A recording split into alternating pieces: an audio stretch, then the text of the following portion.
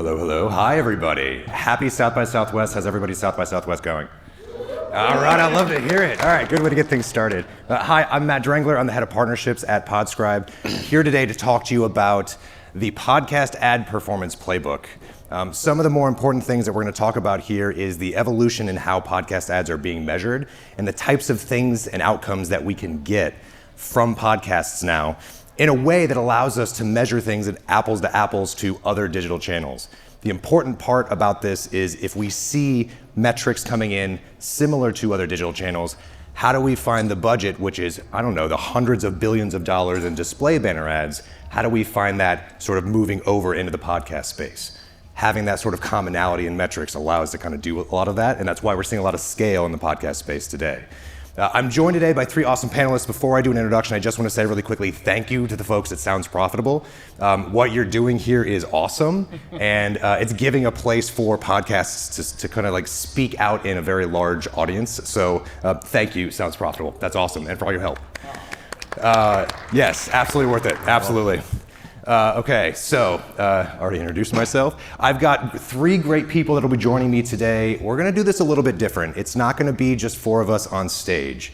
We're gonna kind of do a little bit more intimate conversation, a little bit more one-on-one. So I'm gonna be joined by these folks. We'll introduce them one by one. And the topics or the goals here, oh no.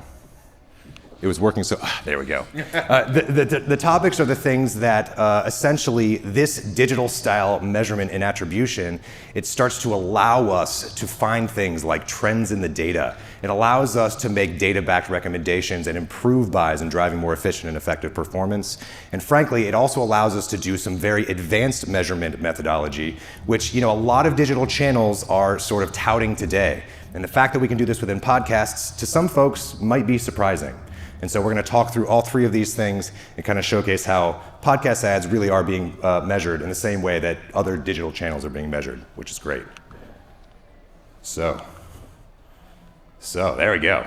Our first topic is on the rise of video in podcasts. You may have seen a lot about this. We've got some really great and fresh data to talk through it. And to help me with that is the head of sales over at SiriusXM, Gabe. Gabe, you want to join me here? Thank you. Yeah, a little round of applause. I love it. Thank you very much. Absolutely. So, Gabe, the rise of video. I think maybe folks have been hearing about this if they've been listening to this stage throughout our time here today, or our time during the conference. But we thought it might be a good idea to maybe give everyone a perspective as to how a large player in the space like SiriusXM is thinking about the rise of video within podcasts. Sure. Thank you, first of all, for having me. You're right. Video is really kind of where the space is going. And if you think about it conceptually, the creator and the podcast as we know it is still the kernel, the content kernel that listeners know and love. But that kernel is now showing up in other places than just the traditional audio download. You've got video, you've got social, you've got experiential. And the way SiriusXM is thinking about it is, how do we connect brands with those creators and that content wherever that consumer may want to listen or watch or you actually attend an event, and kind of that multimedia creator 360 strategy. So that's where we're really putting a lot of our emphasis. Yeah, that's perfect. And technical difficulties, I'm not able to change my slide for some reason. Yeah, you want to hit me on the next one? Do the right button. There you go. Well, that's you. Keep going. Okay, keep going. We'll get there. Maybe. And so what we're going to show here is essentially, what does the data tell us in terms of the rise of video? We hear about it, and can we quantify it? And I think the first way that we can quantify this effectively is, I don't know, if you've been here for a few days, have you all seen the buses with YouTube touting 1 billion podcast listeners? That's a massive number, Yeah, we're going to get there. Maybe. And those 1 billion podcast listeners on YouTube, what it means, oh, there you go. Yeah, hold on to it for me. What it means is that the Apple Podcast app is no longer the #1 podcast listening or consumption app, I should say. YouTube is sort of taking the main stage now. And it's my understanding that the way that SiriusXM is thinking about this is they're embracing YouTube as sort of that channel. Gabe, you want to talk about that a little bit? Yeah, for sure. So just some stats beyond the 1 billion, which is really a remarkable number. It's widely known that over 30% of all podcast consumption in the US is happening on YouTube. So if you're a publisher and you've got creators in your portfolio, you have to think, all right, if 3 out of 10 are being consumed on YouTube, you've got to get good at monetizing YouTube. Otherwise, you're not going to be competitive to go get that next creator deal. So fortunately, we've got great partners over at Google to do some basic things, of course, baked in ads, content integrations, the things many do. But we've even gone one step further than that into being able to tap into YouTube's ad delivery of their AdSense program, aggregating our content channels into an MCN, a multi-channel network, and be able to offer advertisers the ability to buy into that for a specific host's views on YouTube, whether it be Conan, whether it be Alex Cooper, whether it be Ashley Flowers, whomever it is, to allow an advertiser to effectively buy dynamically into that and buy a very specific piece of content, not just the broader AdSense marketplace that Google sells. So it's a really good solution to extend audience-based buying targeting into YouTube and not just have to rely on the baked-in format. So you've embraced YouTube Yes. quite a bit. And that, doing a part or having some semblance of a partnership with YouTube, I think is a great way to kind of help capture these insights. How are some of the other large publishers, from a simulcast perspective, thinking about this? That's one of the more interesting things that's going on right now. So I'm going to oversimplify it and think if there are, 4 of the major publishers, ourselves, Spotify, iHeart, and Amazon with Wondery. We're all looking at, video kind of differently. And I can't speak, of course, for all of them, but what you see in the press or the earnings calls, Bob Pittman was on, the iHeart earnings call 2 weeks ago saying they're still prioritizing audio. They don't see it as big or an important of a play. Spotify, as you probably know, at the beginning of January, they stopped serving audience or network ads, span ads, into the video feed for U.S. premium subscribers, which is, by the way, that's 70% of their U.S. audience. So all of a sudden, they've kind of veered back to the subscriber instead of to the ad monetization, which isn't great for brands. It's not great for creators in terms of their paycheck. So they're going that route. And then Wondery, as of last week, they were talking about, really focusing on their own FAST channel for their podcast video consumption within the Amazon Prime platform, which makes total sense. If you're running a platform, you want to have people come to you. But if you think about it, from what we're doing to what they're doing, it's really 4 different flavors. And I think over the next, 12 to 18 months, we'll really start to see, where that kind of fleshes out and which strategies may be better than another. I think it's interesting, right? Because you see, Spotify and iHeart, to your point, perhaps selecting ways to, I guess I want to say, bringing the audience into their garden, as it were. And the way that you're embracing this is more so along the lines of, let's find the people where they are already. There's a big audience on YouTube. There's a lot of consumption going on YouTube. And one of the other things that YouTube consumption sort of allows us to do is take advantage of the algorithm.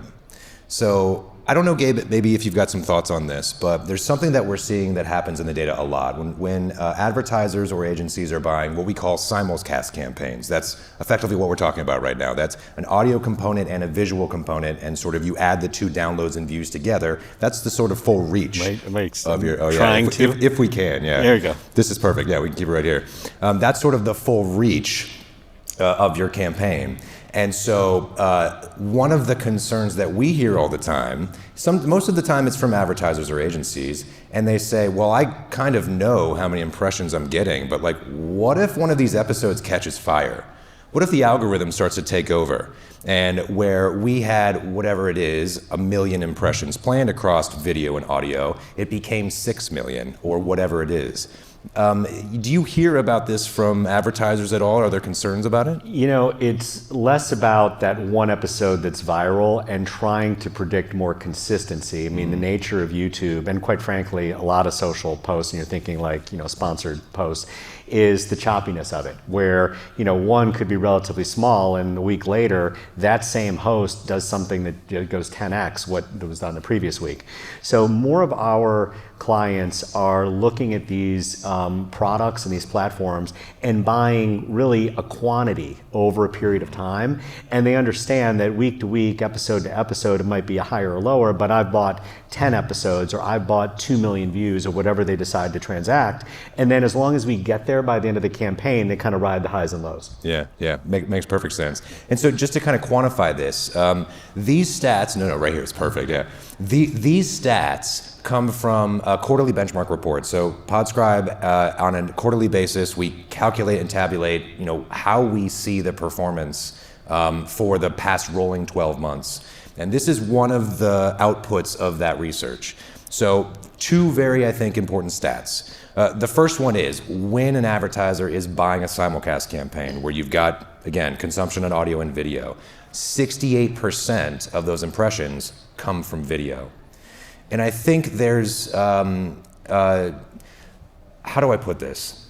There are podcast audio first creators, and they try to go and, let's say, grow their base on video. And then there are those that are, let's say, YouTubers first and are starting to perhaps take their content and bring it into the podcast space. How does SiriusXM sort of think about this in terms of, are you looking for YouTube first or podcast first, or what's your priority there? The evolution for us has been fascinating. So we really got big into podcasts maybe 3.5 years ago. And of course, we're thinking audio first. And it wasn't easy. I mean, figuring out how to monetize it, the ad tech behind it, it took a while. But once it got rolling and we were able to monetize it better, the key metric, of course, we're looking at is RPM, or revenue per 1,000 downloads. It felt like the minute we got good at that, the cheese moved. It was like now going into YouTube or going into TikTok or what have you. And quite frankly, us and anyone's monetization on those platforms isn't as good. So we've had to work really hard to build up those chops in order to your point, win those podcasts that have a strong presence on YouTube and social. And an example for us would be somebody like Stephanie Sue with Rotten Mango. We've just picked her up as of January 6th. Well, she's got 3 or 4 million audio downloads a month. That's great. But she's also got 10 million monthly YouTube views and 20 million social followers. So for us to compete to go win over a Stephanie Sue to come to our ad network, we've got to show her ways to monetize across the entire portfolio. And then I'll take, without naming names, go one step further. There are now shows that we're looking at that really don't have an audio presence. So we're continually moving down the spectrum towards vodcast or even just social influencers who happen to put out a podcast as a byproduct of what they do. And we look at those creators kind of on par with an audio first traditional podcast.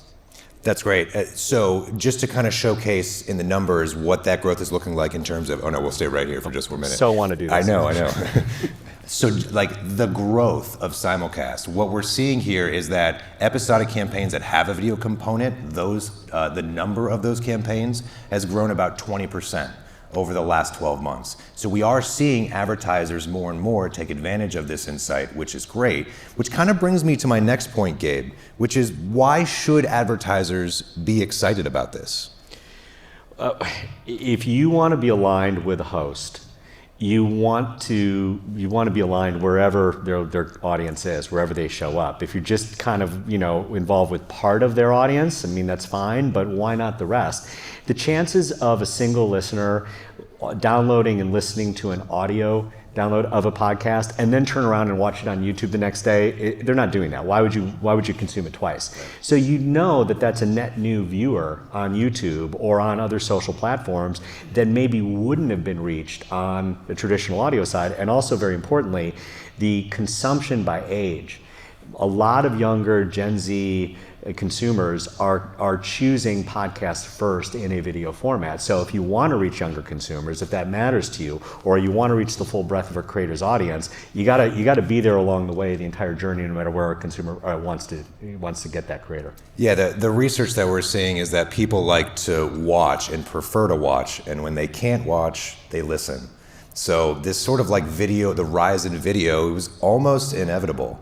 I want to dive a little bit back into the audience here in a moment, but what I will say is the introduction of video into podcasts actually makes Podscribe's job harder. What Podscribe does today is we do pixel-based attribution for the podcast space.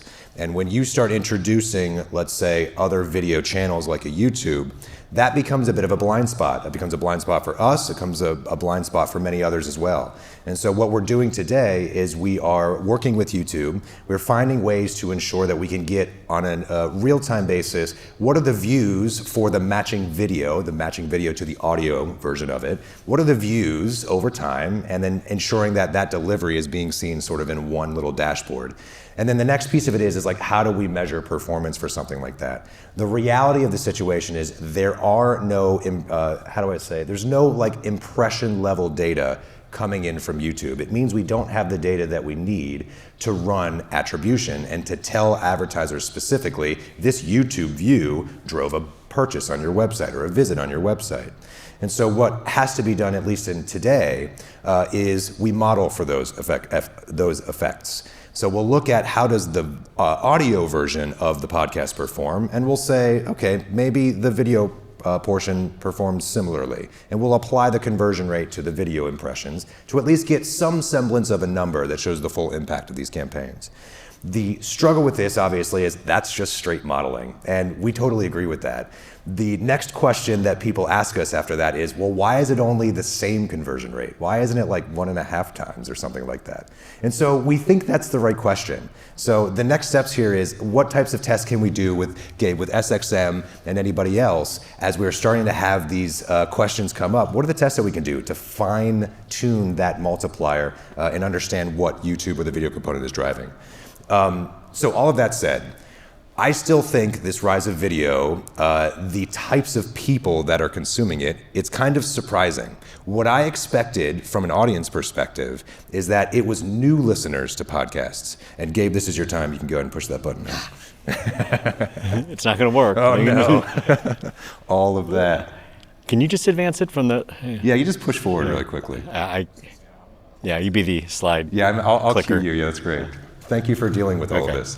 Yeah. So before we talk about this stat, this graph can be confusing. So can you just click the button one more time? And I want to define these numbers. So the numbers that you see within this pie chart, the top number is what portion of your podcast consumption is video. The bottom number is what is the share of respondents that answered that portion. And so you can see here, for example, the big red part of that pie, 47%. It's people that are saying 0 to 24% of their podcast consumption is on video. Now, if you look at the top left there, which is the 75 to 100% of people, that is only 14%. But there's like this hypothesis that I think we at Podscribe had, which was it must be new podcast listeners. If you wouldn't mind, let's go click one more forward. Let's dive in specifically on these two pieces of the pie. These two pieces of the pie, which thank you to Tom Webster for this great data, by the way. He released it back in 2024, and we just had to use it as a part of this conversation, being up here on the Sounds Profitable stage, obviously. We've got the audio primes and the video primes. The audio primes are those that primarily listen. The video primes are those that primarily watch. So let's go one more forward here. Gabe, I want to ask you, when I say out loud, I think it's new podcast consumption, and when we start looking at these graphs, we actually see it's not newcomers. It's actually people that have been listening to podcasts for years. Gabe, what are your thoughts on that? I think we were a little surprised on that too, but I think it speaks to the passion level and the engagement the listeners have for their hosts. Absolutely. If you have been enjoying a podcast and you know the host for a couple of years and they're part of your routine and you're in their tribe, well, if they're going camera on YouTube or something, you are going to eat that up. And that's what we think is the driving force behind the stat. I totally agree. That's a great way to conclude this part of the conversation. Gabe, that was awesome. Thank you for the insights. Thank you very much. Yes, please, give it up for Gabe. Thank you. All right, next conversation, clicker, please. Thank you. So with this concept of, I say, pixel-based attribution, another way to think about it is measuring podcast ads the same way that digital marketers are measuring their ads. It allows us to kind of come up with some great, I'll say, reporting, and we can use that reporting to help guide and steer how we're buying and where we're buying. There's no better person to talk through that type of stuff than the VP of Media over at Ad Results Media, also one of our dear friends and clients I've been working with for like 10 years now. Gretchen, do you want to come up on stage and talk to us about it? Woo. Gretchen! Woo! Thanks for coming up. Yeah, of course. All right, please. How you doing? It's a warm audience. We got the clicker thing figured out, I think. I was going to say, I hope you don't expect me to click because I can't do it on my home Oh, computer. no. I hope no one expects me to click either. This is bad. Okay, so there's a lot of data that comes from podcasts now. And, maybe a really good time. Let's click forward once. See, even he has trouble with it. I don't feel so bad. So one of the things that we are looking at constantly is the different types and ways to place media within podcasts. So we'll do a little bit of high-level definitions. I do recognize some familiar faces in the audience, so maybe you can tune out for a second. But just to make sure that everybody is on the same page. Two ways to kind of think about this. There are episodic buys, that's where you're buying an ad, and that's where that ad is sort of like it either lives in that podcast forever or it's within that one episode for a certain period of time, called a baked-in ad or a faked-in ad for those of you in the biz. And that's sort of like the tried and true. That's what a lot of people think about when they are buying or they're thinking about buying podcast ads. It's those like host-read ads, and you're like, I just love the personal endorsement. From our perspective, we think that Ad Results is one of the leading agencies out there that is buying in that way. That is one way of buying. Another way of buying is sort of what we call maybe programmatic or maybe run of network. This is where you're buying an audience. This is where you're buying things like, I want to find individuals in a certain state or of a certain demographic. And so now every time you're inserting an ad, or should I say, now every time you're downloading a podcast, it's not always the same ad within every download of that podcast. Now, there is obviously a clear difference in the creative of those two things. Gretchen, can you touch on that a little bit? Like, what is the difference in the creatives there? Yeah, of course. I think that there's a lot of factors that go into the actual copy and content and emotion of every ad. I'll use some SiriusXM ones, for example. Alex Cooper is going to do a very different read for a client on Call Her Daddy than the host of SmartList is going to do. Now, whenever you go into an RON or a programmatic or a produced element, it's a really confusing experience to have a host reading an ad and endorsing it, have it be very custom, and then you hear a break and it's a totally different host that has nothing to do with that podcast. And so a lot of times you're looking at going to a standard 15, 30, 60-second spot that announcer is reading, and you lose endorsement usually with that. You can say, I'm the announcer and I love using this client, I order it all the time, but it doesn't hit the same way as it does buying episodic or doing a multi-show investment with a specific host. So the message could stay consistent between the two types of ads, but really losing the endorsement and losing the connectivity within the episode is where you see that change. And you see that in the performance numbers. So as we're looking at this graph, and let's just quickly just describe this graph. I never want to assume everybody can read these things perfectly well. So there's two groups of bars. The left bar is the visitor rate. That is literally saying of those that were exposed to this podcast ad, how many of them or what share of them went to the advertiser's website. And then there's a purchase rate, and maybe that's obvious and I won't dive down that rabbit hole. And so what we're seeing here is the comparison of performance between single episodic buys and these more programmatic run-of-network buys. And so perhaps this is obvious, or perhaps everybody comes into the podcast space thinking this, but look at the difference in performance between episodic single-show buys and run-of-network. Is this what you see in your data typically? Directionally, we do know that endorsement outperforms produced. Definitely, yes. Definitely. Endorsement can't work for all clients if you have geographic restrictions because of legal laws, if you have a very niche audience. It's really hard to have that type of endorsement go to an entire national US or beyond audience. Yeah, so sometimes advertisers have to buy something that's more programmatic or run-of-network, and that's a good point. You think about the gambling sites out there or something like that, where they have to stay within their lane in terms of which states that they're advertising in because they're not in some states. Yep. The other piece here too that we like to work, I guess maybe we've found some interesting data that starts to show that the host-read, more episodic or show-by-show buys, that they're not always great performers. They are in a lot of instances, but there are certain interesting aspects that seem to change the level of performance for these shows. So if my friend can hit that clicker one more time, thank you very much. So we find this interesting. I think a lot of folks, and we're going to dive in more on reach here a little bit later, but I think a lot of folks think when I want to buy podcasts, the first thing is I want to look at those top 10 podcasts. Great audience sizes, great well-known hosts. Hopefully those hosts align really well from a brand messaging perspective. But it's also very interesting to see that as we start doing some of our benchmark reports, that we're finding that the smaller shows, those shows that have smaller reach, perform better. Yeah. Gretchen, are you seeing this in your data too? I've seen this since I've worked at Ad Results Media. Before that, when I worked on Delta Airlines. I love it. All right, so let's preach the good word now and make sure everybody knows.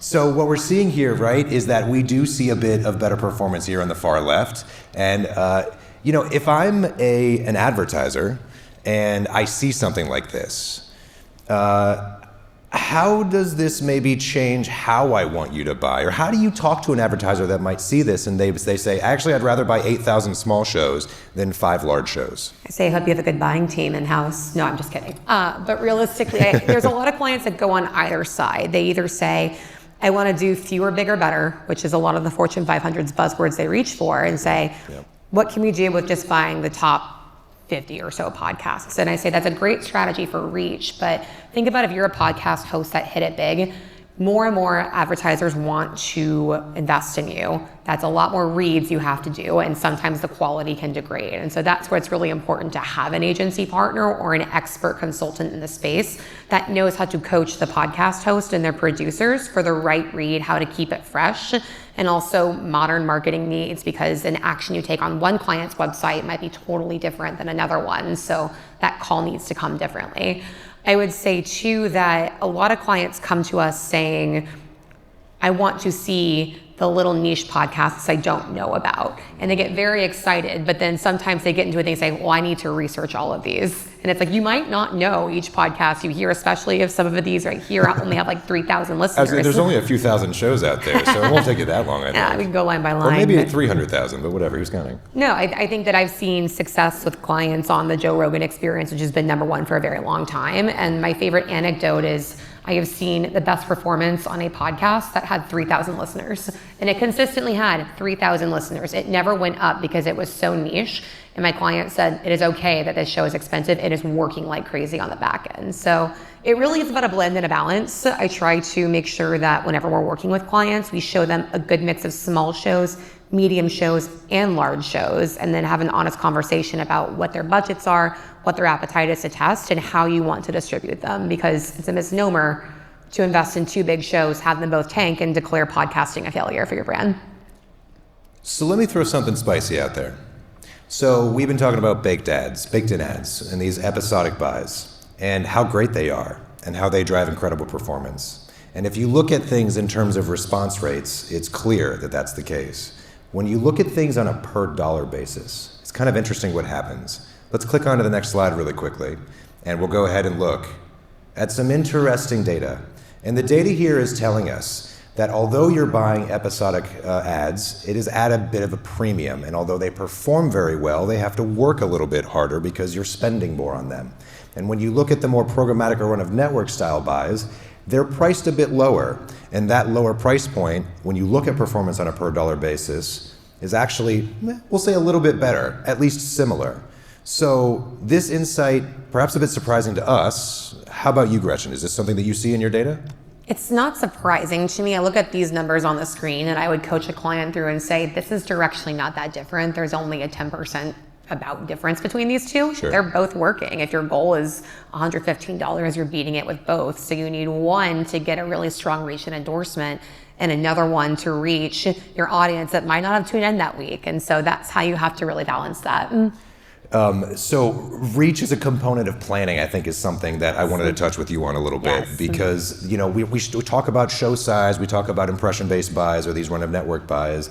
Talk to me about reach as a component and how these numbers might kind of help you and guide you and steer you on where you may recommend that advertisers should be buying. I think reach is often seen as a brand play, but I disagree completely. Reach is critical for performance. And it doesn't mean reaching everybody, right? But you need to know that you've reached enough of your audience to have a sample size that's going to declare success or failure. So that's why I really consider reach a performance metric, and why you work with clients, say, who is your audience? How many of them are in the United States that can convert? And also, what are you trying to do? I think every client's going to say, I need to see sales. I need to see proof of life, and I need it to be really cheap. And I'm like, that's a great triangle, pick two. Yeah. If you could do all three, then you would be doing it already. You wouldn't be hiring an ad agency or trying to figure out why consolidating into one network isn't working. So I think that with reach, you need to have an understanding of your audience and what the reach is going to do and the sequential following that as well. So I think that's great.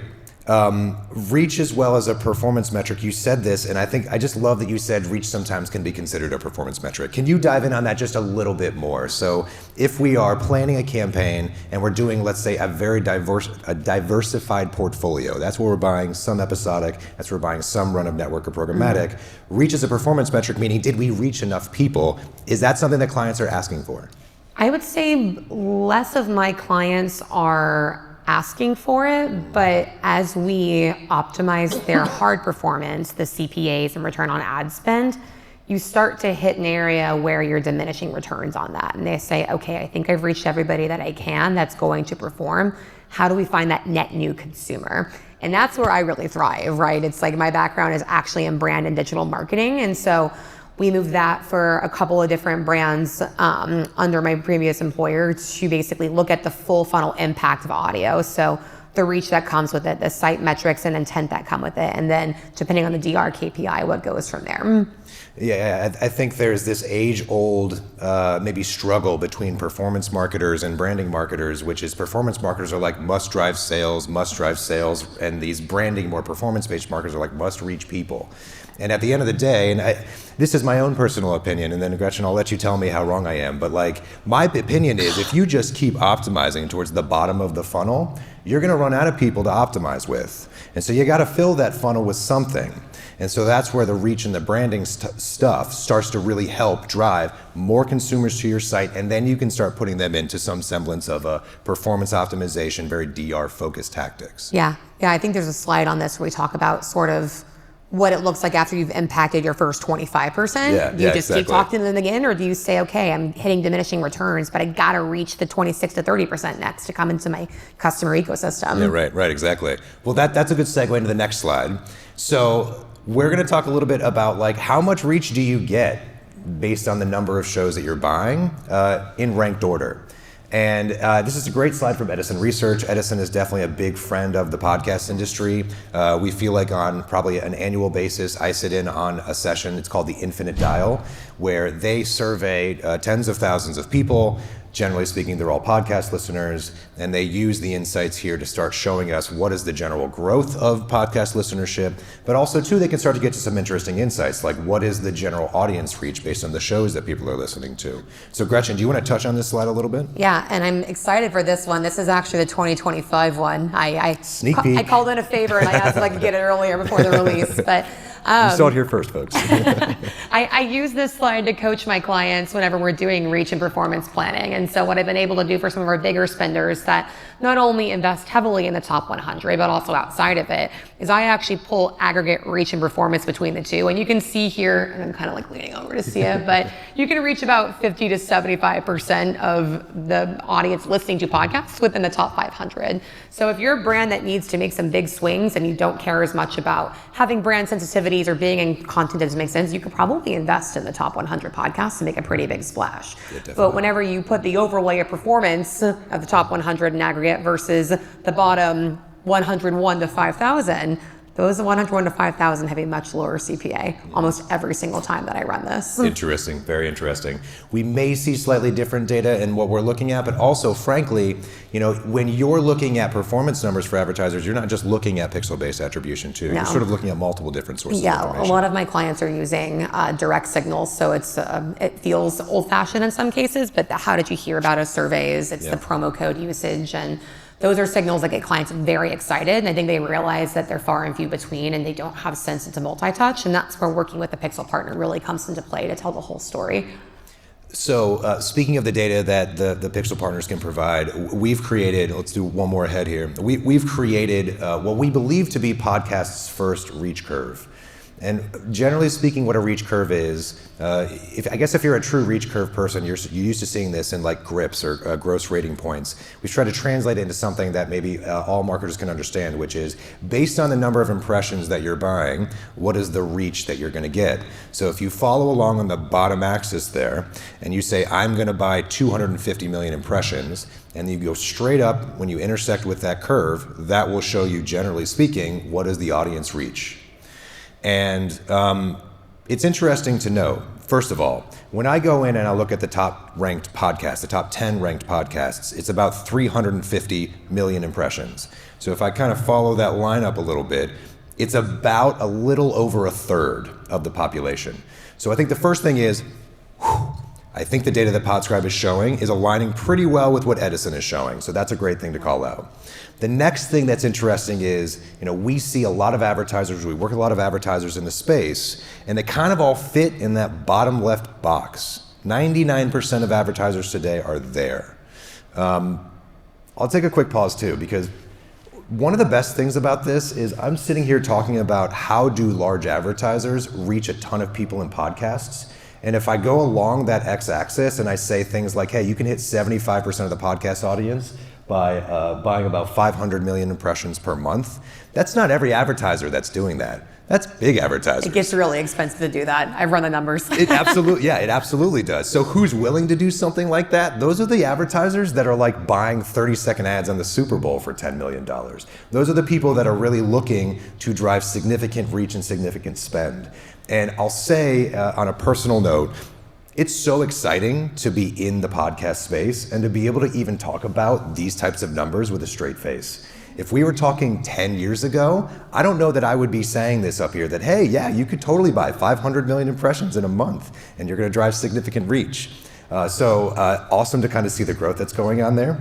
The next thing that I would say is, hey, this box, it's not a walled garden, it's not a jail. How do we get advertisers out of this box? Yeah, it's a great question because they get excited to get to the very top of the box in the first case once they do. Yeah, right. And then we start trenching them outside of it, getting to the 30%, 40% reach. Suddenly their CPAs become a little bit less efficient because you have to work harder to reach those next people. And then they sound the panic alarm, or their CFO gets wind of it, who doesn't know a ton about pods. So they're like, oh, no, pull budgets. And so it's this vicious, horror movie that I've watched over and over, and fortunately I know the ending, and so I know how to get out of it sometimes. But realistically, you need to show your clients what budgets are to stay in that box and see the performance of what they need. So if they want to reach families in the United States, that is a reach play. That is absolutely a reach play. If they want to reach people with investable assets of over $300,000 who are going to fund a Kickstarter, I'm not going to have that conversation outside of this box. They're not going to see a return on that. It's just not going to make business sense. So I work with them and I might show them something like this and say, it costs you this much to get to that point. It costs you this much to get to this point. And based on your audiences and what I know from the multiple research pieces I have, you're probably realistically playing around here to feel really good about podcasting. How does that make you feel? It's really important to get your brand's confidence if you're a network or an ad agency on knowing that's the right investment, because they have to advocate for that internally. And for the brands in the room, it's also understanding what budget you're okay to start seeing those diminishing returns. And I think it's really important to stay in lockstep with your networks and your agency teams on what that is, because that's when you pull the panic cord. That's when you optimize and say, are we ready to get out of the box and onto the curve to keep going up? Well said. Gretchen, thank you very much. Appreciate you being up here. Everyone give a round of applause for Gretchen. Okay, next slide, please. Thank you, sir. Okay, we're going to slightly change topics and tactics. We've been talking a lot about the rise of video. We've been talking about how do we use pixel-based attribution and metrics to kind of determine what to do next. I think one of the things that's most surprising to advertisers today is because digital style attribution is possible within podcasts, it actually allows us to start using very advanced measurement methodologies. One advanced measurement methodology, or platform for which we measure, is a thing called data clean rooms. And I think I've got one of the best guys here to help talk about this. Joe from Indeed, you want to come up here and talk to us about it a little bit. Everyone, round of applause for Joe. Thanks, man. All right, data clean rooms, Joe. Yeah, thanks, Matt. Definitely. Before we dive in on this a little bit, Joe brings a very unique perspective. I think a lot of us are, certainly on this stage, are marketers. And we think about marketing and the data and the analytics that sort of like helps to fuel that sometimes is like someone else that's working on that. And that's Joe. Joe is an analyst. He's not a marketer. So we really wanted to have him on stage to kind of talk through this a little bit because he's got, I guess I'll say, boots on the ground experience for doing measurement of podcast ads within a data clean room. So before we confuse everybody, the first thing I want to do is, Joe, can you introduce yourself really quickly? Yeah, absolutely. I work at Indeed, which if you listen to podcasts, you've obviously heard a lot of Indeed ads over the last few years. Definitely. For a while, it was one of the top 5 audio podcast advertisers in the world, I believe. Yep. So you're well qualified to talk about this. Yeah, and so we obviously want to measure that spend, and that's where I kind of come in. My job is to figure out if that's driving a return for our business, and that's what we'll talk about here. Perfect. The other thing that I want to talk about here, and almost time to go to the next slide, I promise. So the other thing that I want to talk about here, defining what is a data clean room, is why would an advertiser use a data clean room? So we're going to dive in on that. Okay, next slide, perfect. Let's talk a little bit. Joe, I want to pass the mic off to you. What is a data clean room? Why is Indeed using it? Yeah, so a data clean room is really just, we call it a secure environment that allows 2 partners or more to join data in a way that doesn't allow that PII to be shared with your partners. So you can put data with your PII in it, a partner can put data with their PII in it, and you can conduct an analysis at the user level or the record level inside of this data clean room and get insights out of it, create reports, and none of that user level information is viewable to you or to your partner. So you can basically have the benefits of using both of your first party data without sacrificing any of your customers or your users' PII. And so that's really what it is in a nutshell, and it's a solution to a problem for us. So usually when we're working with, Joe or with another advertiser, one of the ways that we're bringing in conversion data is by placing a pixel on their website. It's a very fancy term that really just means it's a thing that allows us to collect the data when people are visiting the advertiser's website. And Indeed doesn't allow pixels. So that's sort of why data clean rooms are a really important topic here, because there's really no way for Indeed to send us any of that information, any of that data. Has this sort of been a big change with Indeed from channel to channel? No, not really. And I think stepping back for a minute on how we got here is my job at Indeed is to measure marketing campaigns. And we've been doing that for a long time. You could run statistical models, marketing mix models. With partners like Meta or Google, you can set up incrementality tests really easily if you're willing to put a pixel on their site. Can you define incrementality really? Incrementality means, did you get an ad and did that change your behavior? Because the big brands like Indeed or any Fortune 500 company, many people will come to your site and use your service even if you don't advertise. And so we want to be able to identify what are the share of users who are coming to our site because they got an ad relative to a baseline or control group conversion rate who would have converted and used our service regardless if our ads were out there in the world. And usually the people that are converting anyway, it's because of things like brand awareness, word of mouth, other marketing channels. There are other things that are convincing people to go to the website. And without the understanding of what a baseline is, you could sort of imagine how that data being included in your results sort of isn't the full picture. It sort of maybe inflates what the actual number is. And so that's why we spend so much time on building things like control groups. Exactly. And so a couple of years ago, we sought out to run as many experiments as we could. We ran a couple with Meta because it was easy to do because they have all these great tools in place and they're a huge company. And we said, well, can we do this again everywhere? And we came across data clean rooms back in 2021, and we said this could be the solution to our problem. We could actually run an experiment without sharing our PII of our customers with other platforms or with our publishers. And so we just wanted to run incrementality experiments while keeping our customers' PII private, and that led us to the data clean room as really the solution to the problem. So I think a lot of people think of a clean room test. There's no such thing as that. You are running incrementality tests or A/B tests, and the clean room is the solution that allows you to do so without sharing your customers' PII with the publisher or with them sharing their PII with you. So when you're going on this journey of starting to measure things in data clean rooms, were you like, yeah, we could pretty much measure anything and everything in a data clean room? Like, did you know you could measure podcast ads in a clean room when you started? Yeah, no, our first one we did it is with Hulu, and we've talked about it publicly because you have to be signed in to have a Hulu account. And so that was like a logical first place for us to start. Right. Is we went to Disney, we talked with them.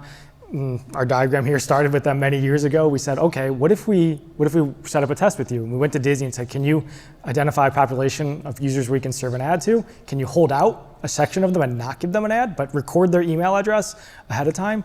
And they said, sure. We did that. They put that data into the clean room on their side. We waited for the campaign to run. We looked at all the conversion site metrics on our site. So like creating a job seeker profile, which you use an email for. We said, okay, after the campaign ends, we'll put all of that data into the clean room, and then we just do a SQL join on email. And we look at how many users matched in the test group and how many users matched in the control group, look at the difference between the two, and you have incrementality. And so that was really our goal, and we could all do this inside of the clean room. And my bottom bullet here point on this slide is we could have done this 10 years ago, but it would have required us emailing our entire customer list to Disney, and Indeed is not willing to do that. And so the clean room is the solution, and then we've just tried to replicate it as many places as we can, and we've eventually ended up with podcasts. So based on this, by the way, we talk about clean rooms and we're very focused on measurement. Are there other use cases of data clean rooms? Yeah, indeed, we leaned hard into incrementality, but you can also do other simpler things like audience overlap analyses. So if you have a customer list of your current customers and you want to know how many of them use Hulu or how many of them use a service or how many of them listen to podcasts, you can simply just join your data without doing all the incrementality bells and whistles and you get some interesting insights. Like with some partners, you can look at what share of my users watch a certain type of show. What type of my users watch ads during the daytime versus nighttime. So simple like observational metrics can come out of overlapping your data with your publisher's data or your partner's data, and that can give you a lot of interesting findings even without going through the steps of doing control groups and test groups. So back a little bit to measurement here. So one of the things that we talk about with advertisers a lot is our attribution methodology, or the way that we tie conversions back to impressions. And one of the things that Podscribe, the benefit of Podscribe is that we're independent, we're third party, we sort of don't have a horse in the race. Data clean rooms bring a whole nother perspective there. And the whole other perspective here is sort of we're helping to bring the exposure data into the clean room, we're helping to build the control group for you as well. But now it's not our attribution methodology, it's really yours. You want to talk about that? Yeah, and so the clean rooms can be really powerful for a variety of reasons. One, you can do analysis on first-party data without PII. But more importantly is, like I said, they're just like kind of a sandbox for data to be joined and analyzed. And so one of our preferred clean room partners is a company called Snowflake, which is a big data warehousing company. And it is completely transparent and flexible, where you, as long as that you opt your data into the clean room, you can set some rules on how a partner can use your data, and then it's kind of open. You can write whatever types of analysis you want. And that gives a ton of transparency because we can own the analysis with our partners. So we'll at times, as Indeed, we're a technically sophisticated company, we'll own it, we'll write our reports, and then we'll share it back to the publisher and say, hey, this is how we think our campaign performed on your site. Do you have any feedback to us? Did we make the correct assumptions based on your data? Do you have a different approach to solving a campaign? And it can be a really flexible and transparent way for you to kind of get the ground truth of how a campaign performed in a way that isn't possible even with other good partners like Meta, where they own the attribution methodology entirely. Here's a place where you can kind of collaborate on it really easily, and that makes everybody trust the results much more. And so the integration or implementation of clean rooms is really not just you doing it though, Joe, right? So if we could move on to the next slide really quickly, it takes a whole team of people. Oh, the slide looks a little washed out, but that's okay, we'll get through it. Joe, you want to talk a little bit about the organizational structure that's required to support these things? Yeah, and so if you're at all a technical person or you've been around, I mean, one thing that's good for my job and a sad degree is COVID and people being familiar with randomized control trials due to vaccines. We all became very aware of how you That's actually a really good point. Get we all kind of understand control groups now. Really well now. And so that's my job, is just doing the statistics behind it, making sure a test is set up. And that's trivial from a statistics point of view for any data scientist that you guys may have worked with. And if they want to actually set up a test or really anything, you need a lot of other partners involved. And that goes from like your internal media teams at Indeed. They need to want to measure their campaigns. Right. In theory they do, in practice they don't always, but you need measurement partners internally that are happy to set up their campaigns in a way that can be measured. You need to work with your agency who buys your campaigns because they need to put a lot of details into it. You need the technical teams for data warehousing and data engineering that exists within Snowflake. And you have to have kind of those corollaries all on the publisher side of the business as well. And so the challenging part about clean rooms is not the A/B test to set up. It's not the SQL code you may have to write to a query. It's kind of organizing 6 to 8 different cats to kind of get rowing in the right direction. I mean, Podscribe doing a good bit of that work on the publisher side of the business for us makes it easier because we have one cat to herd on that side, and we can kind of work a little bit quicker and faster, and having 3 or 4 people on the call. Luckily, we're really responsive too. Yeah. And so that makes it a ton easier. So people always ask, like, okay, somebody here wants to start a clean room, what's the first thing you should do? And it's probably try to find the person on these teams to start with and have that conversation. And from there, from a methodology or statistics or technical setup perspective, it's fairly simple. There'll be bumps in the road because there always are with new stuff. But once you get yourself organized, it's not that bad, but the organization does take a bit of time. Takes a bit of time. Well, I'm going to stop there, but Joe, that was awesome. Thank you very much for talking us through that. Can we get a round of applause for Joe? Thank you.